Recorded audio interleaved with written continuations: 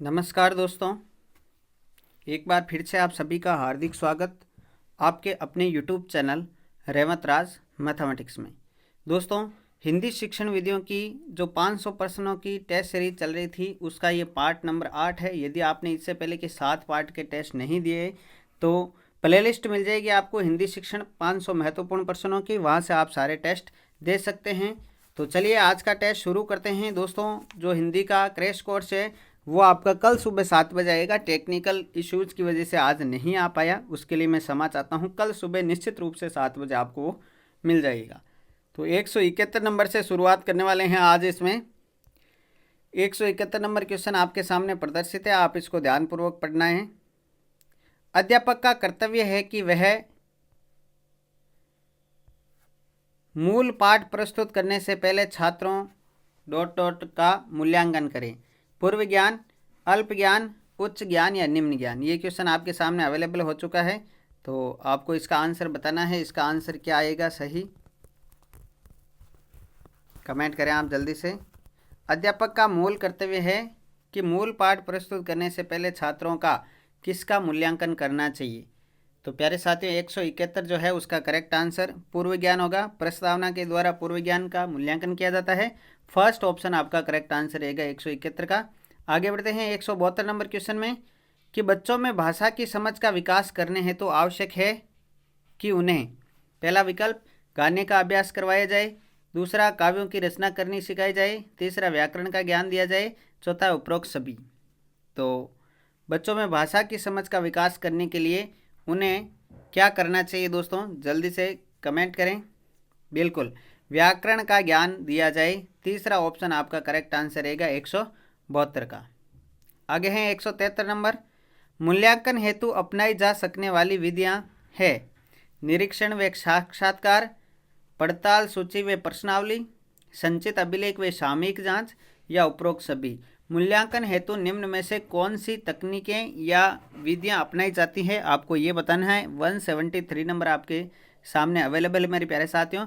बहुत ही शानदार ये क्वेश्चनों का लेवल रहने वाला है, तो जल्दी से कमेंट करें इसका राइट आंसर क्या रहेगा। बिल्कुल, 173 का जो करेक्ट आंसर है वो उपरोक्त सभी यानी निरीक्षण व साक्षात्कार, पड़ताल सूची व प्रश्नावली, संचित अभिलेख, सामयिक जांच, ये सारी की सारी विधियां काम में ली जाती है। फोर्थ ऑप्शन आपका करेक्ट आंसर रहेगा 173 का। आगे है 174 नंबर। निम्न में से मूल्यांकन करने की परिमाणात्मक, ये परिमाणात्मक है ध्यान रखें, परीक्षा कौन सी है। मौखिक परीक्षा, लिखित परीक्षा, प्रायोगात्मक परीक्षा या सभी। तो बताइए 174 का करेक्ट आंसर क्या रहेगा। परिमाणात्मक परीक्षा कौन सी है ये बताना है। तो यहाँ पर जो करेक्ट आंसर रहेगा दोस्तों 174 का वह रहेगा ये सभी, क्योंकि मूल्यांकन दो प्रकार का था, परिमाणात्मक और गुणात्मक। परिमाणात्मक में 3 प्रकार की परीक्षाएं आती थी, मौखिक, लिखित और प्रायोगिक। तो उपरोक्त सभी चौथा विकल्प आपका बिल्कुल करेक्ट आंसर होगा। आगे है 175 नंबर। क्रियात्मक अनुसंधान का उद्देश्य होता है नए तथ्यों व सिद्धांतों का निर्माण करना, दूसरा कक्षा एवं विद्यालय की कार्य प्रणाली में सुधार लाना, तीसरा जनता का सर्वे करना, चौथा क्रियाशीलता द्वारा शिक्षण अधिगम के सिद्धांत को बनाना। तो क्रियात्मक अनुसंधान का उद्देश्य क्या होता है ये बताना है आपको 175 के अंदर। तो जल्दी से आप कमेंट करें 175 का करेक्ट आंसर क्या रहेगा। क्रियात्मक अनुसंधान का उद्देश्य होता है कक्षा एवं विद्यालय की कार्य प्रणाली में सुधार लाना। दूसरा ऑप्शन बिल्कुल करेक्ट आंसर रहेगा 175 का। आगे देखिए 176 नंबर। भाषा शिक्षण में पिछड़े बालकों के लिए सर्वाधिक उपयुक्त अनुदेशन प्रक्रिया कौन सी है। व्यक्तिगत, सामूहिक, 1 व 2 दोनों या ये सभी। बताइए भाषा शिक्षण में पिछड़े बालकों के लिए सर्वाधिक उपयुक्त अनुदेशन प्रक्रिया कौन सी है। 176 नंबर आपके सामने अवेलेबल हो चुका है दोस्तों। पिछड़े बालकों के लिए सर्वाधिक कौन सी होगी, व्यक्तिगत, ठीक है, अनुदेशन प्रक्रिया। फर्स्ट ऑप्शन आपका करेक्ट आंसर रहेगा 176 का। आगे बढ़ते हैं 177 में। वीडियो को लाइक नहीं किया तो लाइक जरूर करना है। पिछड़े बालकों के शिक्षण को प्रभावी बनाने के लिए उपचारात्मक उपाय है। ऑप्शन पहला, ऐसे बालकों को सोचने का पर्याप्त अवसर प्रदान करना, दूसरा ऐसे बालकों को कक्षा में आगे बढ़ाना, तीसरा ऐसे बालकों को हतोत्साहित न करना, चौथा उपरोक्त सभी। बताइए 177 का करेक्ट आंसर क्या रहेगा दोस्तों। पिछड़े बालकों के शिक्षण को प्रभावी बनाने के लिए उपचारात्मक उपाय क्या है? बिल्कुल उपरोक्त सभी यहाँ पर करेक्ट आंसर रहेगा। विकल्प नंबर 4 आपका बिल्कुल सही रहेगा। अगला क्वेश्चन है, किस मूल्यांकन के अंतर्गत छात्रों की शाब्दिक अभिव्यक्ति, उसके मत एवं दृष्टिकोण की योग्यता, भाषा प्रवाह, तार्किक शक्ति का पता चलता है? किस मूल्यांकन के अंतर्गत छात्रों की शाब्दिक अभिव्यक्ति, उसके मत एवं दृष्टिकोणों की योग्यता, भाषा प्रवाह, तार्किक शक्ति का पता चलता है? विकल्प है मौखिक मूल्यांकन, व्यक्तित्व मूल्यांकन, सामूहिक मूल्यांकन या लिखित मूल्यांकन। तो 178 का आपको करेक्ट आंसर बताना है, ठीक है ना। शाब्दिक अभिव्यक्ति, मत, दृष्टिकोण की योग्यता का मूल्यांकन किससे होता है, किससे पता चलता है? तो मेरे प्यारे साथियों 178 का जो करेक्ट आंसर है वो रहेगा मौखिक मूल्यांकन। ऑप्शन नंबर फर्स्ट आपका करेक्ट आंसर है। आगे आपके 179 नंबर क्वेश्चन है, निम्न में से क्या उपचारात्मक भाषा शिक्षण हेतु एक समस्या नहीं है? समस्या नहीं है पूछी गई, ध्यान रखना है। पहला विकल्प है सीमा का कक्षा में शिक्षण कार्य के दौरान ध्यानपूर्वक न सुनना। दूसरा है संजय का पाठ्य पुस्तक को प्रवाहपूर्ण तरीके से पढ़ना। तीसरा है नीलम का पढ़ते समय वर्तनी संबंधी अशुद्धियों का प्रयोग करना। चौथा है उपरोक्त सभी। तो 179 नंबर आपके सामने अवेलेबल है। अब आपको राइट आंसर कमेंट करना है 179 का। तो उपचारात्मक भाषा शिक्षण हेतु एक समस्या नहीं है, तो दूसरा ऑप्शन सही हो जाएगा। संजय का पाठ्य पुस्तक को प्रभावपूर्ण तरीके से पढ़ना, ये समस्या नहीं है, तो दूसरा ऑप्शन आपका करेक्ट आंसर रहेगा 179 का। आगे देखते हैं 180, क्रियात्मक अनुसंधान का क्षेत्र है।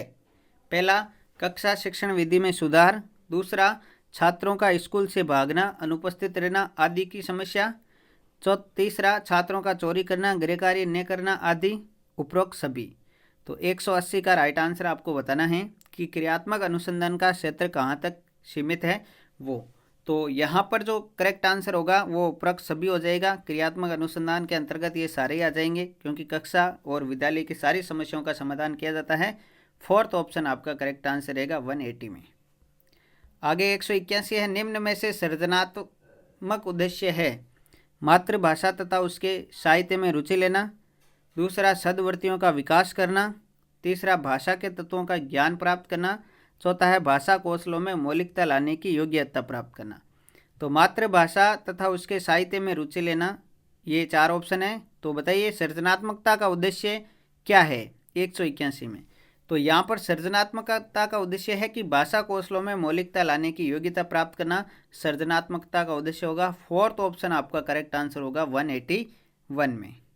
चलिए दोस्तों, हमारा यही उद्देश्य है कि कम समय में आपको ज़्यादा क्वेश्चन करवाए जाए। तो वैचारिक विषय वस्तु का ज्ञान प्राप्त करना किस उद्देश्य के अंतर्गत आता है? वैचारिक विषय वस्तु का ज्ञान प्राप्त करना किस उद्देश्य के अंतर्गत आएगा? ज्ञानात्मक, कौशलात्मक, सृजनात्मक या अभिवर्त्यात्मक? बताइए। 182 नंबर आपके सामने अवेलेबल है। वैचारिक विषय वस्तु का ज्ञान प्राप्त करना मेरे प्यारे साथियों आपका आएगा ज्ञानात्मक उद्देश्य के अंतर्गत। बिल्कुल फर्स्ट ऑप्शन आपका करेक्ट आंसर रहेगा 182 का। आगे है 183, क्रियात्मक अनुसंधान द्वारा शिक्षक अपनी तात्कालिक समस्याओं पर विचार करता है। शिक्षकों में वैज्ञानिक प्रवृत्ति, शोध कार्य प्रवृत्ति जागृत होती है। विद्यालय की समस्याओं का शीघ्र व सही निदान होता है या उपयुक्त सभी? बताइए 183 का राइट आंसर क्या होगा क्रियात्मक अनुसंधान के द्वारा? बिल्कुल चौथा ऑप्शन करेक्ट आंसर हो जाएगा उपरोक्त सभी। तो फोर्थ ऑप्शन करेक्ट आंसर है 183 का। आगे बढ़ते हैं 184 में, भाषा शिक्षण मूल्यांकन से अभिप्राय है निरंतर सतत चलने वाली प्रक्रिया, वांछित व्यवहारगत परिवर्तन की जानकारी, भाषा शिक्षण के उद्देश्यों की पूर्ति का सीमांकन या उपरोक्त सभी? तो 184 नंबर आपके सामने अवेलेबल है। भाषा शिक्षण मूल्यांकन से क्या अभिप्राय है ये बताना है। तो मेरे प्यारे साथियों यहाँ पर ऑप्शन नंबर 4 से हो जाएगा उपरोक्त सभी का। बिल्कुल फोर्थ ऑप्शन आपका करेक्ट आंसर है 184 का। 185 में देखते हैं, उपचारात्मक शिक्षण का उद्देश्य है पहला छात्रों की त्रुटि का पता लगाना, दूसरा छात्रों का पिछड़ापन दूर करना, तीसरा विषय के प्रति रुचि उत्पन्न करना, चौथा छात्रों की प्रगति का ज्ञान प्राप्त करना। बताइए उपचारात्मक शिक्षण का उद्देश्य क्या होना चाहिए? जी हाँ 185 छात्रों का पिछड़ापन दूर करना। क्यों, उपचार का मतलब ही इलाज करना है। सेकंड ऑप्शन आपका करेक्ट आंसर रहेगा 185 में। अगला है 186, भाषा शिक्षण में व्यापक उपचारात्मक शिक्षण हेतु सर्वाधिक उपयुक्त उपाय है। विद्यालय को और अधिक धन उपलब्ध कराया जाए, सभी विद्यालयों को राजकीय विद्यालय बना दिया जाए, प्रत्येक विद्यालय हेतु उपयुक्त भौतिक संसाधन उपलब्ध कराए जाए, या कक्षा शिक्षण नियमित रूप से होने की व्यवस्था की जाए। भाषा शिक्षण में व्यापक उपचारात्मक शिक्षण हेतु सर्वाधिक उपयुक्त उपाय आपसे पूछा है 186 के अंतर्गत। तो आप जल्दी से अब कमेंट करें कि 186 का करेक्ट आंसर क्या होगा दोस्तों। तो साथियों 186 का जो करेक्ट आंसर है वो होगा कक्षा शिक्षण नियमित रूप से होने की व्यवस्था की जाए। फोर्थ ऑप्शन आपका करेक्ट आंसर रहेगा 186 का। अगला है 187, भाषा विकास के लिए आवश्यक है सामाजिक संपर्क, लिपि का ज्ञान, विद्यालय में पढ़ना, या इनमें से कोई नहीं। बताइए 187 का करेक्ट आंसर क्या रहेगा। भाषा विकास के लिए क्या आवश्यक है, तो लिपि का ज्ञान आवश्यक है, बिल्कुल। सेकंड ऑप्शन आपका करेक्ट आंसर रहेगा 187 का, दूसरा ऑप्शन बिल्कुल सही है। आगे है 188, शिक्षा तथा भाषा का संबंध है। पहला विकल्प, शिक्षा के माध्यम से भाषा सीखी जाती है। दूसरा, भाषा तथा शिक्षा का संबंध अस्पष्ट है। तीसरा, अधिकांश शिक्षा भाषा के माध्यम से ही ली एवं दी जाती है। चौथा, भाषा एवं शिक्षा में कोई संबंध नहीं है। बताइए अब 88 का। जी हाँ, जल्दी से कमेंट करें 188 का करेक्ट आंसर। तीसरा ऑप्शन हो जाएगा, अधिकांश शिक्षा भाषा के माध्यम से ली एवं दी जाती है। यहाँ पर तीसरा विकल्प आपका बिल्कुल सही रहेगा। आगे है 189, भाषागत विकास को प्रभावित करते हैं पारिवारिक एवं सामाजिक संपर्क, परिवार की आर्थिक स्थिति, स्वास्थ्य, या उपरोक्त सभी। भाषागत विकास को प्रभावित करते हैं कौन, ये बताना है 189 में। तो यहाँ पर भाषागत विकास को प्रभावित ये सभी कारक करते हैं, बिल्कुल। चौथा ऑप्शन करेक्ट आंसर रहेगा मेरे प्यारे साथियों 189 का। वीडियो को लाइक नहीं किया तो लाइक कर दें, चैनल पे पहली बार हैं तो सब्सक्राइब जरूर कर लें। आगे है 190 नंबर, हिंदी में से क्या एक शिक्षण सहायक सामग्री दृश्य सामग्री नहीं है। श्यामपट्ट, रेखा चित्र, मूक चित्र, या रेडियो। यहाँ पर आपको बताना है कि दृश्य सामग्री कौन सी नहीं है। तो जल्दी से कमेंट करें, बिल्कुल बहुत ही अच्छा क्वेश्चन है। जी हाँ, राइट आंसर बिल्कुल सही बताया आपने। रेडियो करेक्ट आंसर हो जाएगा, चौथा ऑप्शन। ठीक है, चौथा ऑप्शन बिल्कुल सही रहेगा। रेडियो श्रव्य है, बाकी रेखा चित्र, श्यामपट्ट, मूक चित्र ये सारे आपके क्या हैं, दृश्य सहायक सामग्री है। तो दोस्तों ये थे आज के हिंदी शिक्षण विधियों के 20 महत्वपूर्ण क्वेश्चन, और 20 में से आपके कितने सही हुए आप जल्दी से कमेंट बॉक्स में कमेंट करके बताइए। क्या 500 प्रश्नों के बाद हमें संस्कृत के शिक्षण विधियों की 500 क्वेश्चनों की टेस्ट सीरीज चलानी चाहिए, इस पर भी आपकी क्या राय है जल्दी से कमेंट करके बताइएगा।